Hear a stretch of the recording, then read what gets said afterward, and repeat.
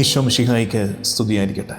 ഇടറിപ്പോയ നമ്മെ തേടി വരുന്ന കർത്താവിൻ്റെ കാരുണ്യത്തെ ധ്യാനിക്കേണ്ട ഈ നോമ്പുകാലത്ത് ഈശോയുടെ സ്നേഹത്തെ, വിശ്വസ്തതയെ ഏറ്റുപറഞ്ഞ് നമുക്ക് ഈ ദിവസം ആരംഭിക്കാം. ഒരുമിച്ച് കുരിശ് വരയ്ക്കാം. എൻ്റെ തമ്പുരാനെ, വിശുദ്ധ കുരിശിൻ്റെ അടയാളത്താലെ ഞങ്ങളുടെ ശത്രുക്കളിൽ നിന്ന് ഞങ്ങളെ രക്ഷിക്കുക. ഞങ്ങളുടെ തമ്പുരാനെ, പിതാവിൻ്റെയും പുത്രൻ്റെയും പരിശുദ്ധാത്മാവിൻ്റെയും നാമത്തിൽ ആമേൻ. എത്ര വൈകി ദൈവമേ ഞാൻ നിന്നെ അറിയാൻ, ഇത്ര നല്ല സ്നേഹമെന്ന് തിരിച്ചറിയാൻ,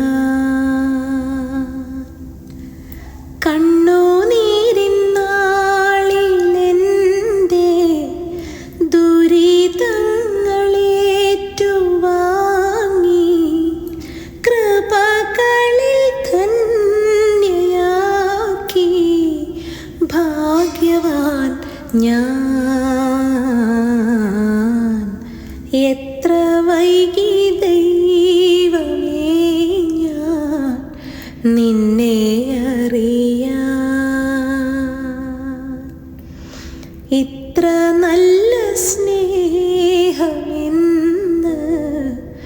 തിരിച്ചറിയാൻ. ഹോസിയ പ്രവാചകന്റെ പുസ്തകം 14-ാം അധ്യായം 1-ാം വാക്യം.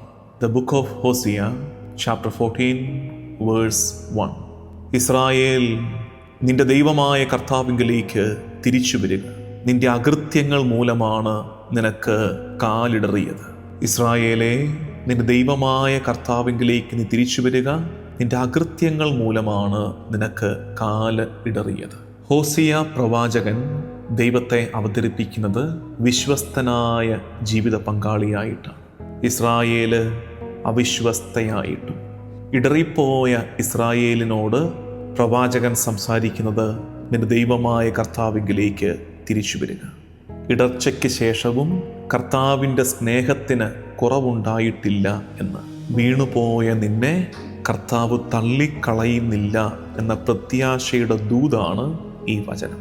പാപം നമുക്ക് മുടന്ത് സമ്മാനിക്കും, പാപം നമ്മെ വീഴ്ത്തിക്കളയും. പക്ഷേ ദൈവം നമ്മെ ഉയർത്തുമെന്ന് തിരിച്ചറിയാം.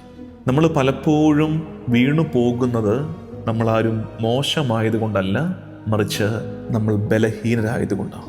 We often fall not because we are evil, but because we are weak. നോമ്പ് നമ്മെ ഓർമ്മിപ്പിക്കുന്നത് ഇടറിപ്പോയത് കൊണ്ട് ദൈവം നമ്മെ വിട്ടുകളയുന്നില്ല എന്ന്.